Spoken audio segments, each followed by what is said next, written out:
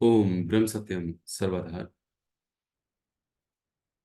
सदगुरुदेव जी महाराज जब भी जगह जगह सत्संग किया करते थे तो उन सत्संगों को लिपिबद्ध कर लिया जाता था। जीवन गाथा भाग 1 में और जब जीवन गाथा भाग 2 में सदगुरुदेव जी महाराज के कई सतुपदेश अमृत हम सभी के लिए मार्गदर्शन कर रही हैं। लेकिन हम उनको गहराई से विचार नहीं कर पाते। यही कारण है कि कई प्रेमियों ने जीवन गाथा पढ़ी होगी, फिर भी बुद्धि का निर्णय वहीं का वहीं खड़ा होता है। कई प्रेमी ऐसे भी हैं जिन्होंने जीवन गाथा पढ़ी भी नहीं है। उनको चाहिए कि अपने गुरु का जो जीवन है वो जरूर पढ़े, और उन्हीं के मुखारबिंद से जो उपदेश हम सभी के लिए उच्चारित हुए हैं, उन्हीं उपदेशों को बड़ी गहनता से एकाग्रचित होकर के समझने की कोशिश करें। आज प्रभु की कृपा से हम सभी के लिए एक ऐसा अवसर मिला है कि सतुपदेश अमृत को हम श्रवण करें और इस पर गहराई से विचार करें। जीवन गाथा भाग 2 में ये सतुपदेश अमृत 32 38 है, सॉरी। बड़े ध्यान से हम सभी श्रवण करने की कोशिश करेंगे और फिर बाद में समझेंगे। श्री महाराज जी कह रहे हैं, जीव ने जब से शरीर रूपी संसार को धारण किया है, अनेक ऋतुएं उसने देखी है। कई तरह के सुख दुख को देखता हुआ पल, मास, साल इसने बिता दिए हैं। जो भी मन से इसने सोचा, वाणी से बोला, आंखों से देखा और इन इंद्रियों से भोग पदार्थ सेवन किए, सबके रस स्वाद किधर गए। कभी इस जीवन में गौर करके विचार नहीं किया। जिस तरह नया साल शुरू होता है और व्यापारी जीव सारा हिसाब करके नफा और नुकसान देखते हैं, इसी तरह कई बार और कई जन्मों में जो कमाई इस जीव ने की है, क्या इसने कभी विचार किया है कि किस तरह समय इसने गुजारा है और कितना नफा नुकसान इसने किया है। यानी कितने अच्छे कर्म किए हैं और कितने बुरे कर्म किए हैं। जिस भी शरीर को ये धारण करता है, वहां ही अपना परिवार, घर बार, संगी साथी इकट्ठे कर लेता है। आखिर चोला जब पुराना हो जाता है, जीव इसे छोड़ देता है। शरीर के टूटने का कोई ना कोई बहाना बन ही जाता है। 5 तत्वों का बना हुआ ये किला समय पाकर बदल जाता है। मानुष जो जामे में आकर विचार विवेक द्वारा यह जीव सारे प्रपंच को समझ सकता है, मगर इस शरीर को पाकर भी भुलेखे में सारी उम्र भोगों में इकट्ठा करने और भोगने में गुजार दी। तो क्या हासिल किया? सतबुद्धि जब किसी गुरुमुख के अंदर पैदा होती है, वह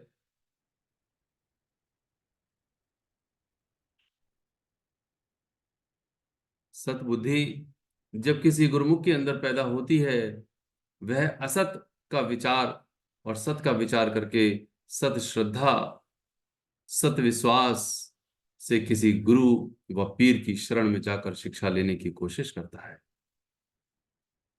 इस वास्ते मानुष जन्म को दुर्लभ कहा जाता है। इस जन्म में शरीर और आत्मा का विचार यह जीव कर सकता है। जीव को देखने, सुनने, खाने, स्पर्श का ज्ञान जन्म से ही हो जाता है और हर शरीरधारी को होता है, चाहे वह इंसान है या हैवान या पक्षी। सबको अपनी अपनी प्रकृति के अनुसार ज्ञान होता है। लेकिन सतबुद्धि मानुष चोले के अलावा और किसी शरीर में नहीं हो सकती। ईश्वर कृपा इस मानुष चोले पर ही होती है। सारे भेद को जान सकता है, मगर संसार के अचरज भोग पदार्थ देखकर मोहित हो जाता है। मनमाने भोग पदार्थों द्वारा कई तरह के सुख आराम इकट्ठे करके उनको भोगने में लीन हो जाता है, मगर जिस करके सब कुछ प्रतीत हो रहा है उसे जानने की कोशिश नहीं करता, बल्कि सुखों को भोगते भोगते शारीरिक यात्रा खत्म कर देता है। सार का इसे पता नहीं लगता। जिस तरह निराशा और प्यासा संसार में आया था, उसी तृष्णा को लेकर फिर चल देता है। कोई भी पदार्थ, परिवार, महल, अटारी, किले वगैरह सहायक नहीं होते। सद्बुद्धि कैसे पैदा हो सकती है जब सारी आयु झूठ, कपट, छल फरेब में गुजर रही है। उस कबूतर की तरह मोहजाल में फंसकर आखिरकार रोना धोना ही पड़ता है। सदगुरुदेव जी महाराज ने ये सत उपदेश अमृत, जो सार तत्व ज्ञान का है, वो हम सभी के लिए दिया। किस तरह से बचपन से लेकर के अंत तक महाराज जी ने हम सभी को समझाने की कोशिश की है कि वो किस तरह से मोहजाल में पड़ जाते। न जाने कितनी ऋतुएं आई और चली गई। इन्हीं आंखों से सब कुछ देख रहा है, इन इंद्रियों से सब कुछ सेवन कर रहा है, भोग रहा है, लेकिन कभी ये विचार नहीं करता। इस संदर्भ में महाराज जी ने इस सत्योपदेश अमृत के अंदर कबूतर और कबूतरी का जिक्र किया है। ये भागवत की कथा आती और महाराज जी ने दत्तात्रेय, जो 11वें स्कंद में भागवत में संदर्भ दिया हुआ है, उसी प्रसंग को इसके आगे वर्णन किया हुआ है कि उस कबूतर की तरह मोहजाल में फंसकर आखिरकार रोना धोना ही पड़ता है। अब महाराज जी ने उस कहानी को शुरू किया जो वास्तविकता में, कि एक दफा दत्तात्रेय जंगल में घूम रहे थे। उन्होंने जीवन में 24 गुरुओं से ऊपर धारण किए थे। जीव अगर सीख लेना चाहे तो संसार की सब चीजें संगी साथी शिक्षा दे रहे हैं, मगर ये गहरी और गौर करके विचार ही नहीं करता। एक एक जर्रा जर्रा हम सभी को महाराज जी कह रहे हैं सीख दे रहा है। हर मनुष्य सीख दे रहा है, हर नर नारी सीख दे रही है, हर बालक सीख दे रहा है, संपूर्ण प्रकृति सीख दे रही है, चराचर जीव जंतु सीख दे रहे हैं। महाराज जी कह रहे हैं लेकिन मगर ये गहरी गौर करके विचार ही नहीं करता। अब दत्तात्रेय की कहानी, उनका दृष्टांत महाराज जी कहते हैं, एक दिन घूमते घूमते जंगल में देखा कि एक कबूतर और कबूतरी और बच्चे जाल में फंसकर तड़प रहे हैं। उन्होंने खड़े होकर माजरा के बारे में विचार किया, सारा हाल पल में ही जान लिया। महर्षि दत्तात्रेय को बाद में भगवान दत्तात्रेय करके सभी ने संबोधित किया और वो ईश्वरीय सत्ता अर्थात ईश्वरीय स्थिति को प्राप्त हो गए। महाराज जी ने दत्तात्रेय का जो जिक्र किया वो इसीलिए किया कह रहे हैं सारा माजरा उन्होंने विचार करके जान लिया कि किस तरह कबूतर ने एक दरख्त पर घोंसला बना रखा था। अब ये कहानी है, और ये कहानी हम सबकी कहानी है कि हम एक कबूतर हैं और नारी है तो वो कबूतरी है। महाराज जी कह रहे हैं कि किस तरह एक कबूतर ने दरख्त दरख्त एक जो पेड़ होता है, उस पेड़ पर जहां पर जगह होती है वहां पर घोंसला बना लिया हो। वहां पर एक कबूतरी के साथ उसका स्नेह हो गया। एक कबूतरी को उसने देखा, देख करके उससे स्नेह हो गया, आपस में खूब घुल मिल करके रहने लगे और एक दूसरे पर बड़ा विश्वास हो गया। दिन के समय जिधर भी वह जाते, अलग अलग जंगल में जाते, शाम को फिर वहीं पर आ जाते। इस तरह से वो अपना वक्त व्यतीत कर रहे थे दरख्त पर घोंसले में, जाते और लौट आते, जाते फिर लौट आते।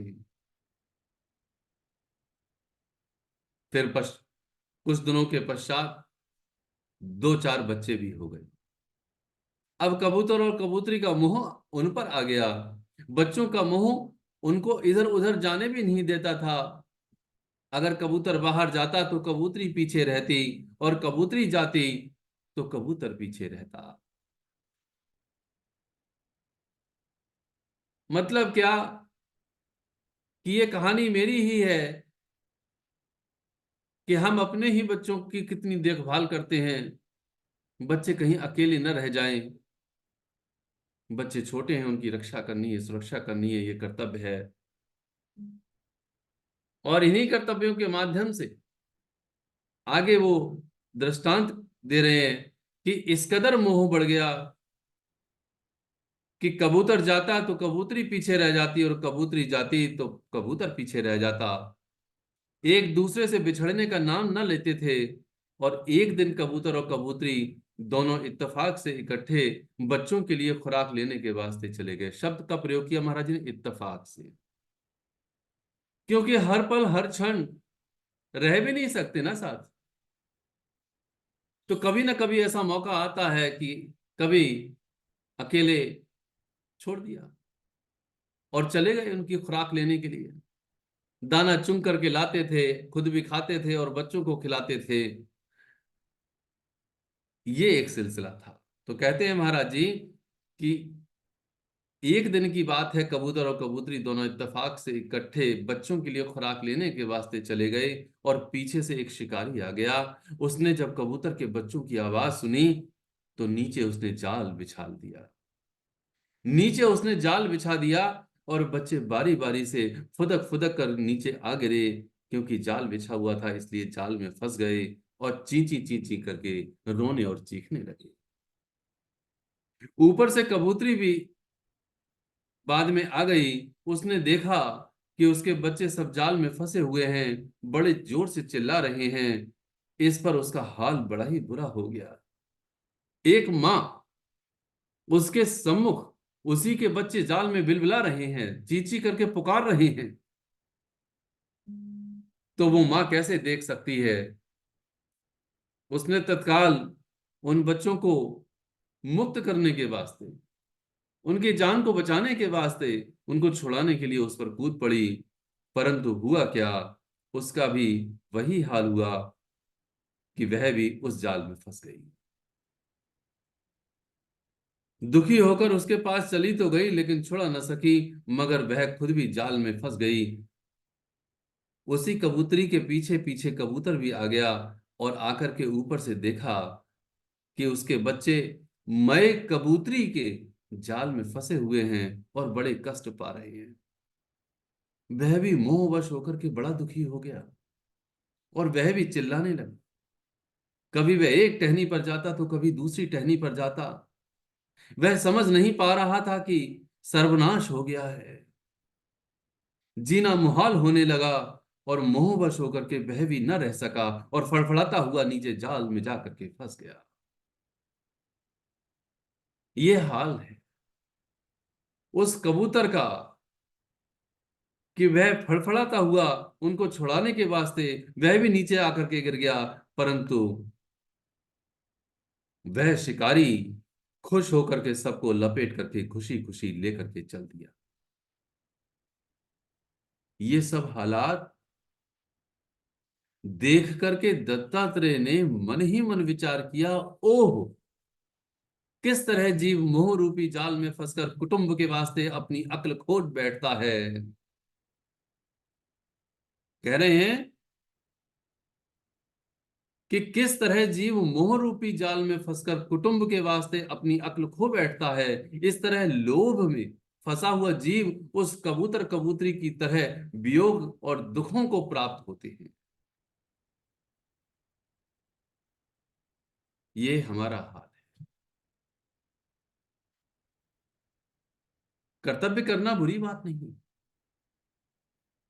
कर्तव्यों का पालन करना गलत नहीं, लेकिन उनके प्रति आसक्त होना, मोह के प्रति आसक्त होना, लोभ में आसक्त होना, ये गलत है। हम अपने जीवन को मर मर के जीते हुए अपने कुटुंब के लिए बनाने की कोशिश करते हैं, जबकि न जाने कितने कुटुंब मैंने हर एक देह में पाले हैं, उनको ग्रहण किया है, उनके साथ जीवन व्यतीत किया है, और सारे के सारे जन्मों में न जाने कितने देहधारियों को होते हुए मैंने उन कुटुंबों का त्याग भी किया है। ये एक जन्म की कहानी नहीं है, न जाने कितने जन्मों की कहानी है। न जाने मैं कब कबूतर बना, कबूतरी बना, न जाने कब मैं गधा और गधी बना, न जाने कब मैं कुत्ता और कुतिया बना।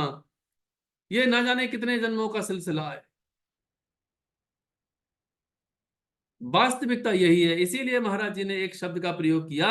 महाराज जी कहते हैं कि मगर इस शरीर को पाकर भी भुलेखे में सारी उम्रों को उम्र भोगों में इकट्ठा करने और भोगने में गुजार दी, हासिल आखिर क्या किया। सतबुद्धि जब किसी गुरुमुख के अंदर पैदा होती है, तब सत असत का विचार करके श्रद्धा विश्वास से किसी गुरु व पीर की शरण में जाकर के शिक्षा लेने की कोशिश करता है। इसीलिए मानव जन्म को दुर्लभ कहा गया। ये मानव जन्म को की दुर्लभता इस वास्ते है कि हम सत का और असत का विचार करें। अपने कर्मों का सारा लेन देन जैसे एक व्यापारी करता है वर्ष के अंत में, कि मुझे कितना घाटा हुआ और कितना फायदा हुआ, मुझे क्या अपने व्यापार की थीम बनानी चाहिए, ये वो एक व्यापारी करता है। ठीक उसी प्रकार से क्या मैंने कभी इस बारे में विचार किया कि आखिर मैंने कितने जन्मों में क्या क्या किया और आज मैं क्या क्या भोग रहा हूं, आगे आने वाले जन्मों में मैं क्या क्या भोगूंगा। इस बात पर कभी गहरी गौर से विचार नहीं किया। बस यही रहा कि आज मैं कबूतर हूं, आज मैं मनोज हूं, आज मैं वो हूं, और हर जन्मों में इसी तरह से इकट्ठा होते होते होते होते मैंने सारे कुटुंबों को पाल करके और खुद पल करके ये सारी की सारी जन्म और उम्र बिता दी। इसलिए महाराज जी कहते हैं इस बात के लिए कि इस तरह फंसा हुआ जीव उस कबूतर कबूतरी की तरह वियोग से दुखों को प्राप्त होते हैं। दुखों को ही प्राप्त होते होते ये सारे जन्म गुजार दी उसने। महाराज जी आगे समझाते हैं कि एक राजा पदु हुए। दत्तात्रेय ने उनको यह कथा सुनाकर कहा कि संसार के सब जीवों की ऐसी हालत है। यह महाराज जी का वर्णन महाराज जी के सतुपदेश है। ये गहराई से हमें समझने की कोशिश करनी चाहिए।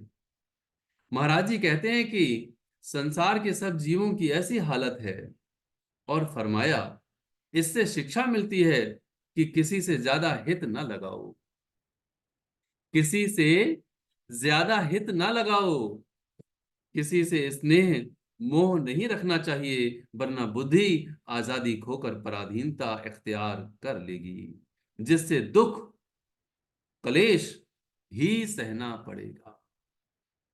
आसक्त मत हो। इससे शिक्षा मिलती है कि संसारी जीवों की ऐसी हालत ही होती रहती है। कोई ही सतबुद्धि वाला ऐसे विचारों से शिक्षा ग्रहण कर सकता है, कोई ही, सब नहीं कर सकते। शब्दों का ऐसा फेर, ऐसी ऐसी विलक्षण बात महाराज जी कहते हैं कि कोई ही कर सकता है। सत्संग सब सुन रहे हैं इस समय, लेकिन एकाग्रता से कोई कोई ही सुन रहा हो। और उन सुनने वाले एकाग्रता वालों में से भी कोई कोई ही इस पर गहरी विचार करेगा, और उन गहरे विचार करने वालों में से भी कोई कोई ही अपने जीवन में अमल करेगा। ये सबकी श्रेणी अलग अलग है। इसीलिए महाराज जी कहते हैं, शिक्षा के बगैर जीव अंधकार में आया और अंधकार में चला जाता है। शिक्षा के बगैर, ये शिक्षा है। इसीलिए कहा जाता है, हजारों वर्ष की तपस्या इतना फल नहीं देती जितना कि 2 घड़ी का सत्संग दे देता है। 2 घड़ी का, हम ना जाने क्या क्या कर रहे होते हैं अपने जीवन में, परंतु सही मायने में सतविचार, जो सतुपदेश अमृत का है, जो ईश्वर की वाणी है, ईश्वर का वचन है, और ईश्वर की ही आवाज है, वो हमें सत विवेक देती है, सत बुद्धि देती है, और गहराई से सत विचार दे देती है। इस वास्ते गुरु पीरों को धारण करने की प्रथा बनाई गई थी। और जब तक जीव सत शिक्षा को लेकर नहीं चलता, उसे ज्ञान नहीं मिलता, और सत असत की तमीज नहीं रहती। शब्द का प्रयोग किया हमारा महाराज जी ने, उसे सत और असत की तमीज ही नहीं रहती। सत्संग कितना जरूरी है, उस बात की उसे तमीज ही नहीं। ठीक उसी प्रकार से मेरा सत्सिमरन कितना जरूरी है, उसे उस बात की तमीज ही नहीं रहती। वो बहाने ही बनाता रहता है कि मेरे पास वक्त नहीं है। सत्सेवा कितनी जरूरी है, ये 5 जो नियम महाराज जी ने दिए हैं, सत्सेवा कितनी जरूरी है, ये इस बात की उसे तमीज ही नहीं रहती। जीवन को सादा बनाना है, मुझे अपने कम से कम इच्छाओं को पालना है, इस बात की उसे तमीज ही नहीं रहती। इसलिए कहते हैं महाराज जी कि सत्संग से विचार विवेक मिलते हैं। जीव सोच सकता है कि संसार क्या है, ये जीव किधर से आया है और किधर उसको जाना है, और क्या संबंध बने हुए हैं।